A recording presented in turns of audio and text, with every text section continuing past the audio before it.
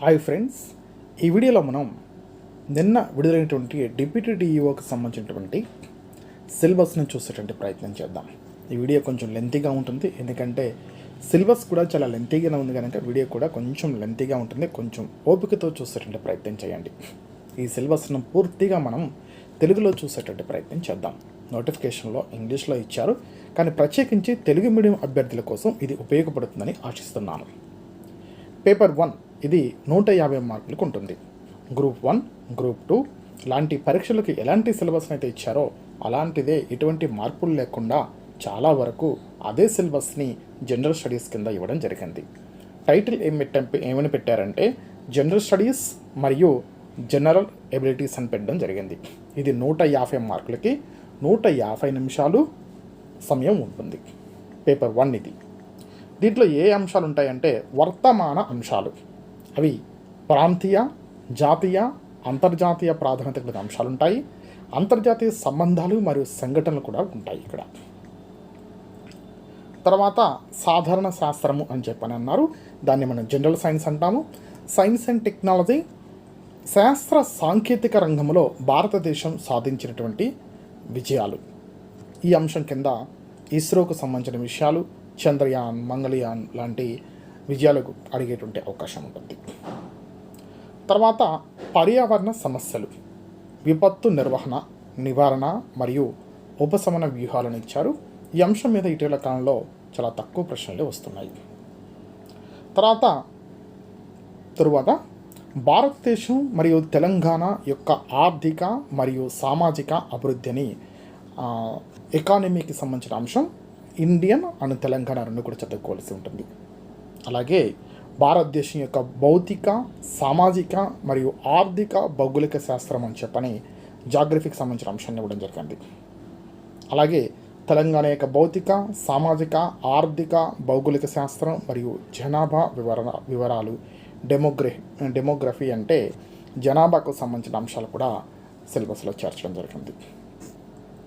తర్వాత ఆధునిక భారతదేశం యొక్క సామాజిక, ఆర్థిక మరియు రాజకీయ మరియు సాంస్కృతిక చరిత్ర, ముఖ్యంగా భారత జాతీయ ఉద్యమంపై ప్రత్యేక దృష్టితో, అంటే మనకు ఇండియన్ నేషనల్ మూవ్మెంట్ ఆ ఏరియాలోంచి ఎక్కువ బిట్లు పడేటువంటి అవకాశం ఉంటుంది.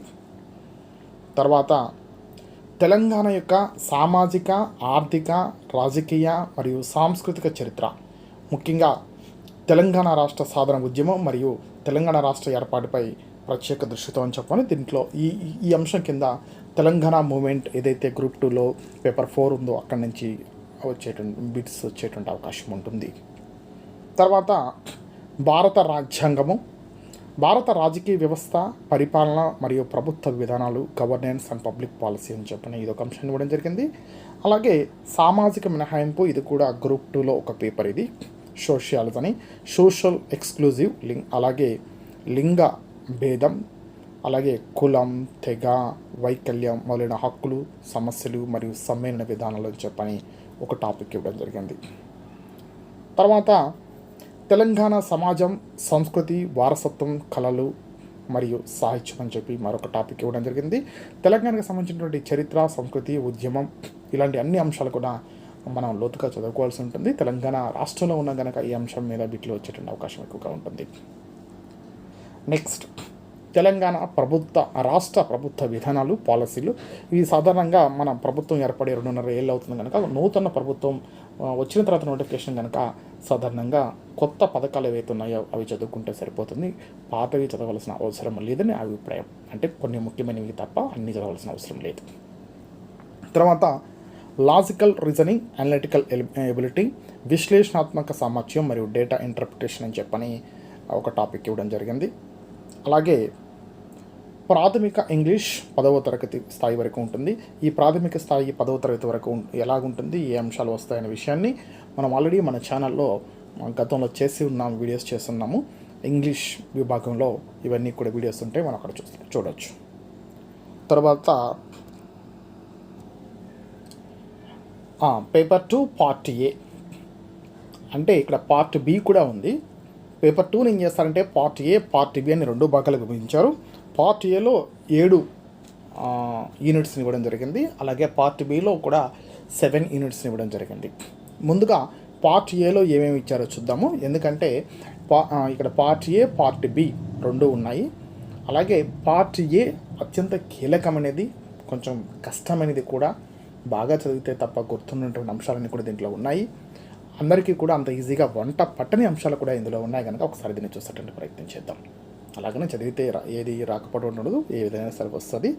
అయితే పార్ట్ 2 పేపర్ 2కి వచ్చి 150 బిట్లు ఉంటాయి. మార్క్స్ అయితే 300 మార్కులు. ఇక్కడ కనుక ఒక బిట్టు రైట్ చేస్తే 2 మార్కులు వస్తాయి. ఒక బిట్టు 2 మార్కులు కనుక ఈ పార్ట్ని బాగా చదవలసిన అవసరం ఉంటుంది. ఇప్పుడు ఒకసారి పార్ట్ ఏలో ఉన్నటువంటి 7 అంశాలను కూడా ఒకసారి చూసేటువంటి ప్రయత్నం చేద్దాం. మొదటి అంశం ఏంటంటే విద్య మరియు భారత రాజ్యాంగం. పేపర్ పేరేమో బేసిక్ ఫౌండేషన్స్ ఆఫ్ ఎడ్యుకేషన్, విద్యా ప్రాథమిక పునాదులు అని చెప్పని. ఇది మనకు ఆల్రెడీ బిఎడ్లో సిలబస్లో ఉంటుంది. ఫౌండేషన్స్ ఆఫ్ ఎడ్యుకేషన్ అని చెప్పిన ఒక పేపర్ ఉంటుంది, అక్కడ నుంచి దీన్ని తీసుకున్నారని చెప్పి అనుకుంటున్నాను.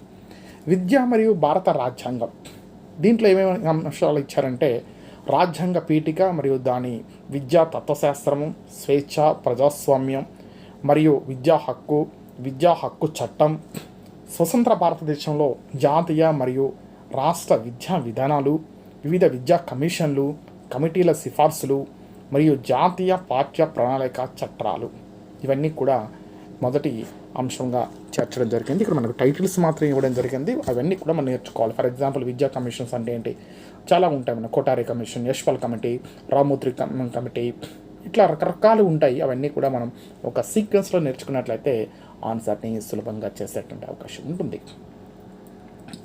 తర్వాత రెండవ టాపిక్ ఏంటంటే ప్రాచీన భారత జ్ఞాన వ్యవస్థలో విద్య.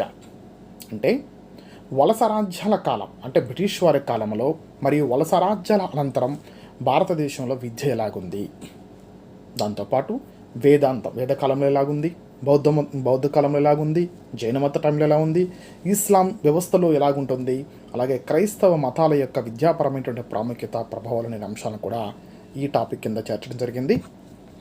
తర్వాత మూడో అంశం ఏంటంటే విద్య యొక్క జ్ఞాన మీమాంస పునాదులు.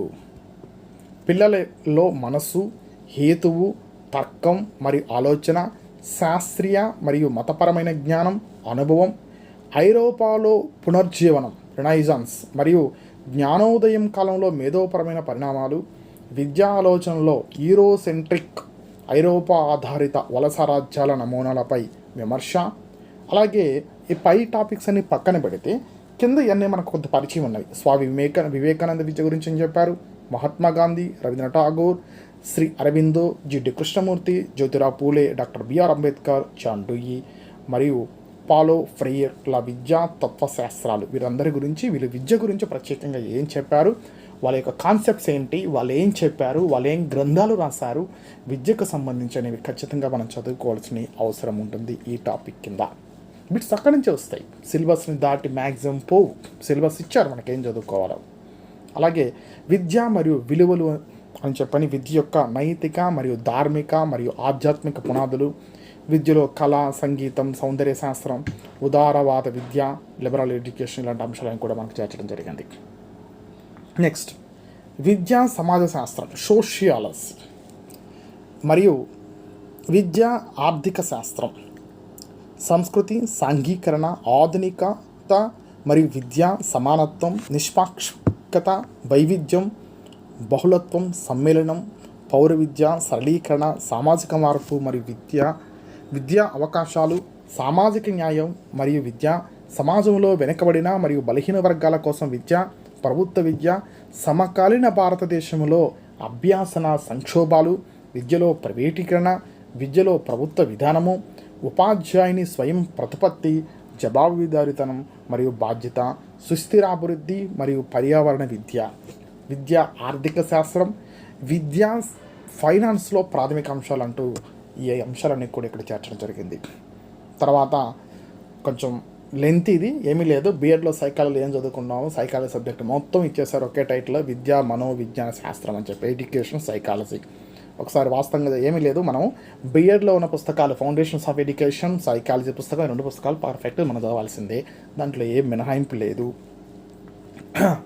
ఇప్పుడు ఏంటో చూద్దాం. ఎడ్యుకేషన్ సైకాలజీ దీంట్లో శిశు వికాసము, పిల్లల్ని అర్థం చేసుకోవడం, వారి సాంస్కృతిక మరియు వ్యక్తిగత భేదాలు, ఎదుగుదల మరియు వికాసం, శైశవం నుంచి వృద్ధాప్యం వరకు, మానవ వికాస మనోవిజ్ఞాన శాస్త్రం, శిశు వికాసం, సామాజిక సంజ్ఞానాత్మక మరియు భాషా సంహిత, ఉద్వేగభరిత, నైతిక మరియు సౌందర్యాత్మక రంగాలు, ప్రేరణ, అభ్యాసం మరియు వికాసం, మూర్తిమత్వం మరియు స్వీయ అవగాహన, స్మృతి, సంజ్ఞానాత్మకం, సృజనాత్మకత మరియు ప్రజ్ఞ ఆధారిత పిల్లలు, తర్వాత అసాధారణ పిల్లలు, ఎగ్జంప్షనల్ చిల్డ్రన్ అంటే మనకు వాళ్ళు అసాధారణ పిల్లలు, మరియు జ్ఞానేంద్రియ, శారీరక, సామాజిక, ఉద్వేగభరిత మరియు మానసిక సవాళ్ళు కలిగిన వైకల్యాలు ఉన్నటువంటి పిల్లల అవసరాలను గుర్తించి విద్యను అందించటం, మార్గదర్శకత్వం, కౌన్సిలింగ్ మరియు మెంటరింగ్ యొక్క సూత్రాలు మరియు శైలులు,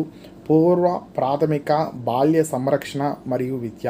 ఇక్కడ ఈ చాప్టర్లో టెట్లో ఉన్న సిలబస్ అయితేనేమి, బిఎడ్లో ఉన్న సిలబస్ అయితేనేమి, ఇవంతా అన్నీ కలిపి సైకాలజీలో ఉన్నటువంటి అంశాల మొత్తాన్ని తీసుకొచ్చి ఇక్కడ పెట్టారు. దాంట్లో ఏ మినహాయింపులు లేవు. ఒక్కటి ఏదైనా లేదు అంటే సైకాలజీలో సాంఖ్య శాస్త్రం ఒక చాప్టర్ ఉంటుంది, అది ఎందుకో మర్చిపోయారు, అది తప్ప అన్నీ పెట్టారు. నెక్స్ట్ బోధనా పద్ధతులు, పెడగాగి, ఇవి కూడా మనకు టెట్లో కనిపిస్తున్నాయి. పాఠ్య ప్రణాళిక మరియు మూల్యాంకనం, బోధనా ప్రక్రియ, బోధన అభ్యసన పద్ధతులు మరియు విద్యలో వినూత్న పద్ధతులు, జ్ఞాన విభాగాలు, పాఠ్య ప్రణాళిక ప్రక్రియలు మరియు జ్ఞాన వ్యవస్థీకరణ, నైపుణ్యాభివృద్ధి మరియు వృత్తి విద్యలో కొలత, అంచనా, మూల్యాంకనం మరియు పిల్లల మరియు ఉపాధ్యాయుల పనితీరు యొక్క అంచనా మరియు మూల్యాంకనం, మరియు విద్యలో నాణ్యత మూల్యాంకనం, విద్యలో విద్యా పరిశోధనలో తార్కిక మరియు గణాంక వివేచన, పిల్లలలో విమర్శనాత్మక శక్తి, ఆలోచన, సృజనాత్మకత, ఊహాశక్తి, మార్గదర్శకత్వం, కౌన్సిలింగ్ మరియు మెంటరింగ్ సూత్రాలు మరియు శైలులు, విద్యలో ఐసిటి, ఆర్టిఫిషియల్ ఇంటెలిజెన్స్ మరియు డిజిటల్ సాంకేతికతను ఉపయోగించడం. ఇక్కడ నేను చేసింది అదే, విద్యలో ఇంటెలిజెన్స్, ఆర్టిఫిషియల్ ఇంటెలిజెన్స్. దీన్ని మన ఇంగ్లీష్ నుంచి తెలుగులోకి ట్రాన్స్లేట్ చేసే ప్రయత్నం చేశా. ఆ చేసే క్రమంలో చైనా భాష వచ్చింది. ఇట్లా ఉంటుంది. సరే, ఈ పక్కన పెడదాం. నెక్స్ట్ మరొక టాపిక్ ఏంటంటే భాషా విధానం, మీడియా మరియు ఆరోగ్య విద్య, మాతృభాష, బహుభాషావాదం మరియు భాషా విధానం, వయోజన, తర్వాత అనౌపచారిక అంటే నాన్ ఫార్మల్ అని చెప్పటంగా అది, మరియు నిరంతర జీవితకాల విద్యలో మీడియా, సమాచార ప్రసారం, కమ్యూనికేషన్, ఆరోగ్యం, యోగా, శారీరక విద్య, జాతీయ సమగ్రత మరియు అంతర్జాతీయ అవగాహన కోసం విద్య అనే అంశాలను చేర్చడం జరిగింది. వీటిలో మనకు ఎక్కువ బిట్స్ వచ్చే అవకాశం ఏదైనా ఉంది అని చెప్పినట్లయితే చివరి చాప్టర్ తప్ప మిగతా అన్ని చాప్టర్ కూడా ముఖ్యమైనవే. వీటిని మనం బాగా చదువుకోవాల్సినటువంటి అవసరం ఉంది. తరువాత పేపర్ 2లోని part B, educational leadership, administration and management. Deputy education officer అయిన తర్వాత ఆయనకి పాఠశాల నిర్వహణ ఎలా ఉండాలి అనే విషయం అవగాహన ఉండాలనే ఉద్దేశంతో ఈ పేపర్ పెట్టి ఉంటారు అనుకుంటున్నాను. వాస్తవంగా ఈ పేపర్ ఇక్కడ పెట్టకుండా ఉద్యోగానికి సెలెక్ట్ అయిన తర్వాత ఈ పేపర్లో ఉన్న విషయాల మీద ట్రైనింగ్ ఇచ్చినట్లయితే బాగా తర్వాత కాలంలో డిప్యూటీ ఎడ్యుకేషన్ పోస్టులు నింపినటువంటి ఫలితం దక్కుతుంది, ఉపయోగం ఉంటుంది. అలా కాకుండా ఇది పరీక్ష పెట్టడం వల్ల అందరూ చదువుకుంటారు, వేరే దానికి దేనికి ఉపయోగపడదు, ఇక్కడ తప్ప దేనికి ఉపయోగపడదు. సాధారణంగా ఒక పరీక్షకు ప్రిపేర్ అవుతున్నటువంటి అభ్యర్థి ఆ సమాచారాన్ని తర్వాత పరీక్షలకు కూడా ఉపయోగపడే విధంగా ఉండాలి. కానీ ఇక్కడ ఈ అంశము చదువుకోవడం వల్ల ఈ పరీక్షకు మాత్రమే ఉపయోగపడుతుంది, వేరే దానికి పనికి రాదు. It is clear. అయినప్పటికీ కూడా ఈ అంశాలు ఈ పరీక్షలో ఎవరైతే ఉత్తీర్ణ కావాలనుకుంటున్నారో, మంచి ర్యాంకు సాధించి 24 పోస్టుల్లో ఒక పోస్టు తనదనుకుంటున్నారో, ఖచ్చితంగా తమకిష్టం ఉన్నా లేకపోయినా చదవవలసినటువంటి పేపర్ ఏదంటే పేపర్ 2లో పార్ట్ బి. ఎందుకంటే ఇది ఎక్కడ ఎప్పుడు చదివి ఉండరు. కొంతవరకు ఉపాధ్యాయ వృత్తిలో ఉన్న వారికి ఈ విషయాల మీద కొంత అవగాహన ఉంటుంది. ఉపాధ్యాయ వృత్తిలో ఉన్న వారికి ఈ విషయాల మీద అవగాహన ఉంటుంది. కానీ పేపర్ 1 కానీ పేపర్ 2లో పార్ట్ 1 గతంలో ఎప్పుడు చదివి ఉంటారు, ఇప్పుడు చదివి ఉండరు. ఆ రెండు కష్టం. అంటే అక్కడ 300 మార్కులు రావు, అక్కడ 150 మార్కులు, తర్వాత 150 300 మార్కులు రావు. ఈ 150 మార్కులు వస్తాయి. దీనివల్ల ఉద్యోగం రాదు కదా. సో ఉద్యోగం రావాలంటే జనరల్ స్టడీస్ 150 మార్కులు చదవాలి. అలాగే పేపర్ 2లో ఉన్నటువంటి 300 మార్కులు కూడా చదివినట్లయితేనే ఉద్యోగం అనేది వస్తుంది. పైగా ఉన్నాయి ఎన్నో లేవు. ఎన్ని ఉన్నాయి ఉద్యోగాలు? 24 మాత్రమే ఉన్నాయి. ఎన్ని ఉన్నాయి? 24. అందువల్ల ఎట్లా చదవాలి? ఉద్యోగం కావాలనుకున్నట్లయితే 24 గంటలు ఇదే పనిలో ఉండాలి. పడుకున్న కల్లో కూడా ఏ బిట్లు రావాలి, ఓకేనా? మెలుగు ఉన్నా సరే ఏ చదువుతుండాలి. అప్పుడు మాత్రమే మన చేతిలో గ్రీన్ పెన్ ఉంటుంది. లేకపోతే ఉద్యోగం రాదు. మరో ఉద్యోగానికి చదువుకోవాల్సిన అవసరం ఉంటుంది. అందుకని ఎవరైతే ప్రిపేర్ అవుతున్నారో వాళ్ళు బాగా చదువుకునేటువంటి ప్రయత్నం చేయండి. సరే, సమయాన్ని వృధా చేయకుండా దీన్ని కూడా ఒకసారి చూసేటువంటి ప్రయత్నం చేద్దాం. Paper 2 part B, education, leadership, administration and management, విద్యా నాయకత్వం, పరిపాలన మరియు నిర్వహణ. దీంట్లో పాఠశాల విద్య నిర్మాణం మరియు దృక్పథాలను మొదటి చాప్టర్ ఇచ్చారు. పాఠశాల విద్య ప్రస్తుత పరిస్థితి, పాఠశాల విద్యలో కార్యక్రమాలు మరియు విధానాలు, రాష్ట్ర మరియు జాతీయ స్థాయిలో పాఠశాల విద్యలో ఇటీవల కార్యక్రమాలు, చొరవలు, రాష్ట్ర మరియు జాతీయ స్థాయిలో విద్యా నిర్వహణ, పాఠశాల పరిపాలన, స్థూల దృక్పథాలు, జాతీయ మరియు రాష్ట్ర స్థాయిలో పాఠశాల పరిపాలన, జిల్లా మరియు ఉపజిల్లా అంటే మండల స్థాయిలో పరిపాలన ఎలాగుంటుంది? ఏమి లేదు. జిల్లా స్థాయిలో అయితే డిఓ ఉంటారు, మండల స్థాయిలో అయితే ఎంఈఓ ఉంటారు. ఇది మనకు తెలుసు ఆ ప్యాటర్న్. అంటే వాళ్ళ డ్యూటీస్ ఏముంటే అడుగుతారేమో మనకు తెలియదు, మరి చూడాలి. పాఠశాల నిర్వహణ మరియు పరిపాలన, సూక్ష్మ దృక్పథాలు అంటే పాఠశాల సంస్థల యొక్క ధ్యేయం మరియు విజన్ రూపకల్పన, సంస్థాగత అభివృద్ధి ప్రణాళిక మరియు దాని అమలు. ఇవన్నీ కూడా మొదటి చాప్టర్లో పెట్టడం జరిగింది. ఈ అంశాలు మనం ఎక్కడ చదవము. అయితే స్కూల్ మేనేజ్మెంట్ అని చెప్పని బిఎడ్లో ఒక బుక్ అయితే ఉంటుంది. కానీ ఏదో పరీక్ష కోసం, అకాడమిక్ పరీక్ష కోసం మనం ఏది రాసినా సరే మనం పాస్ అవుతాం కనుక ఆ దృక్పథంలో మనం చదువుతాం, అక్కడ పాస్ అవుతాం. కానీ కాంపిటేటివ్ ఎగ్జామినేషన్కి వచ్చేసరికి వేరేగా ఉంటుంది. పాఠశాల పనితీరు మరియు నాణ్యత నిర్వహణ, పాఠశాల పనితీరు మరియు మూల్యాంకనం, విద్యార్థి మరియు ఉపాధ్యాయుల అభ్యసనం. ఇక్కడ అభ్యసనం ఓన్లీ విద్యార్థి కాదు, ఉపాధ్యాయుడిది కూడా. ఉపాధ్యాయ వృత్తిపరమైన అభివృద్ధి మరియు పాఠశాల నిర్వహణ పనితీరులో సంఘం, కమ్యూనిటీ భాగస్వామ్యం ఎలాగుంటుంది, పాఠశాల పనితీరు మూల్యాంకనం, పాఠశాల నాణ్యత నిర్వహణ, పాఠశాల నాణ్యత, భావన మరియు కొలమానాలు, సూచికలు, ఓకేనా? మనకు రకరకాల రిపోర్ట్స్ ఉంటాయి. ఇవన్నీ కూడా సంపూర్ణ నాణ్యత నిర్వహణ, ఓకేనా? అది TQM, టోటల్ క్వాలిటీ మేనేజ్మెంట్, సంస్థాగత అంచనా మరియు స్వాట్, విశ్లేషణ, సిబ్బంది వృత్తిపరమైన అభివృద్ధి, అంచనా మరియు జవాబుదారీతనం. ఇవన్నీ కూడా 2వ యూనిట్లో పెట్టడం జరిగింది.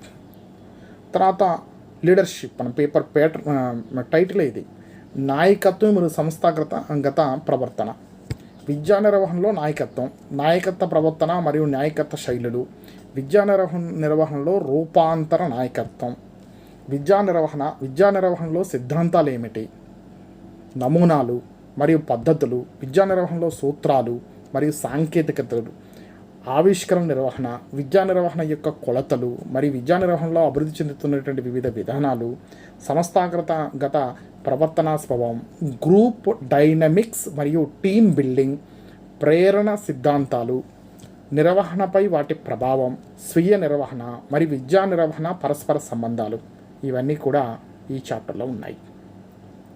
తర్వాత వికేంద్రీకృత మరియు నిర్ణయాధికారం మరియు కమ్యూనికేషన్, విద్యలో వికేంద్రీకృత నిర్వహణ, వికేంద్రీకృత ప్రణాళిక, జిల్లా మరియు ఉపజిల్లా నిర్వహణ, స్థానిక స్వపరిపాలనా సంస్థలు, విలేజ్ ఎడ్యుకేషన్ కమిటీ మరియు గ్రామ పంచాయతీల యొక్క పాత్ర ఏమిటి, సమాజ లేదంటే కమ్యూనిటీ భాగస్వామ్యం, విద్యా నిర్వహణలో నిర్ణయాధికారం, నిర్ణయాలు తీసుకోవటం యొక్క భావన, ప్రాముఖ్యత మరియు రకాలు, నిర్ణయం తీసుకునే ప్రక్రియ, వ్యక్తుల మధ్య సంబంధాల నిర్వహణ మరియు వైరుధ్యాల నిర్వహణ, విద్యా నిర్వహణలో కమ్యూనికేషన్ యొక్క అర్థం మరియు ప్రాముఖ్యత, సంస్థాగత కమ్యూనికేషన్, సమర్థవంతమైన కమ్యూనికేషన్ విధానాలు, ఇవన్నీ కూడా 3వ చాప్టర్లో పెట్టడం జరిగింది. 4వ చాప్టర్ విషయానికి వచ్చినట్లయితే సంస్థాగత నిర్వహణ మరియు పాఠ్య ప్రణాళిక లావాదేవీలు అని ఉండడం జరిగింది. దాన్ని కూడా ఒకసారి చూద్దాం. తరగతి గతి నిర్వహణ, బోధనా నిర్వహణ, పాఠ్య ప్రణాళిక నిర్వహణ, అమలు, మూల్యాంక నిర్వహణ, విద్యావనరుల నిర్వహణ మరియు కరిక్రమ్ సహపాఠ్య కార్యక్రమాల నిర్వహణ, విద్యా నిర్వహణలో చర్య, పరిశోధన, యాక్షన్, రీసెర్చ్ విధానం వంటి అంశాలు కూడా చేర్చడం జరిగింది. వనరులు మరియు నాణ్యత హామీ, ఆర్థిక వనరుల నిర్వహణ, విద్యా ఫైనాన్స్, అర్థం, ప్రాముఖ్యత, పరిధి, వ్యయం మరియు బడ్జెటింగ్, అకౌంటింగ్, ఆడిటింగ్, వనరుల సమీకరణ. నెక్స్ట్ మానవ మరియు పరిపాలన వనరుల నిర్వహణ, విద్యార్థి సహాయక వ్యవస్థ నిర్వహణ, పరిపాలన వనరుల నిర్వహణ, మానవ వనరుల నిర్వహణ, మౌలిక సదుపాయాల నిర్వహణ, భౌతిక వనరుల నిర్వహణ, మౌలిక సదుపాయాల వనరుల వినియోగం, సంపూర్ణ నాణ్యత నిర్వహణ, నాణ్యత నియంత్రణ, నాణ్యత హామీ మరియు సూచికలు, నిర్వహణ సాధనాలు, నాణ్యత మెరుగుదల కోసం వ్యూహాలు, వివిధ సంస్థల ఏజెన్సీల యొక్క పాత్ర మరియు నాణ్యత ఆందోళనలు, పరిశోధన సమస్యలు అని చెప్పని ఈ చాప్టర్ కింద ఇవ్వడం జరిగింది. తర్వాత చివరి చాప్టర్ కింద విధాన రూపకల్పన, సమ్మేళనము మరియు డిజిటల్ సాంకేతికతలను ఇచ్చారు. విధాన రూపకల్పన మరియు పాలసీ ప్లానింగ్, సంస్థాగత నిర్మాణము, జాతీయ సంస్థల పాత్ర, కేంద్ర రాష్ట్ర సంబంధాలు, సమన్వయం, నెట్వర్కింగ్, భాగస్వామ్యం మరియు అనుసంధానాలు, ప్రత్యేక పాఠశాలలు మరియు పిల్లల నిర్వహణ, ఇటీవలి పరిణామాలు మరియు సమ్మేళన విధానాలు, జాతీయ మరియు రాష్ట్ర స్థాయి ఆరోగ్య విధానాలకు అనుగుణంగా పాఠశాల ఆరోగ్య విధానాల రూపకల్పన, పాఠశాల విద్యలో వినూత్న పద్ధతుల రూపకల్పన మరియు నిర్వహణ, పాఠశాల అభివృద్ధి కోసం ప్రాంతీయ, రాష్ట్ర, జాతీయ మరియు అంతర్జాతీయ సంబంధాలు పెంపొందించటం, విద్యా పరిపాలన మరియు నిర్వహణలో సమాచార సాంకేతిక పాత్రలు, అనువర్తనాలు అనేటువంటి అంశాలను చేర్చడం జరిగింది. మొత్తం మీద ఈ పేపర్లో ఏదైతే పాఠశాల నిర్వహణ అనేటువంటి పేపర్లో ఇచ్చిన అంశాలన్నీ కూడా కొంచెం పదాలు పరిచయం అయి ఉంటాయి తప్ప దాంట్లో వచ్చేటువంటి బిట్స్ చేయడం అనేది, ఆన్సర్స్ చేయడం అనేది కొంచెం సంక్లిష్టంగానే ఉండేటువంటి అవకాశం ఉంది. కనుక వీటిని లోతుగా అధ్యయనం చేయాల్సిన అవసరం ఉంది. వీలైతే ఈ అంశాలన్నీ కూడా ఒక్కొక్క రోజు ఒక్కొక్క అంశాన్ని తీసుకొని మన ఛానల్లో వీటిని డిస్కస్ చేసేటువంటి ప్రయత్నం చేద్దాం. I hope this video is useful to you. I shall meet again in the next video with the useful content. Thank you and all.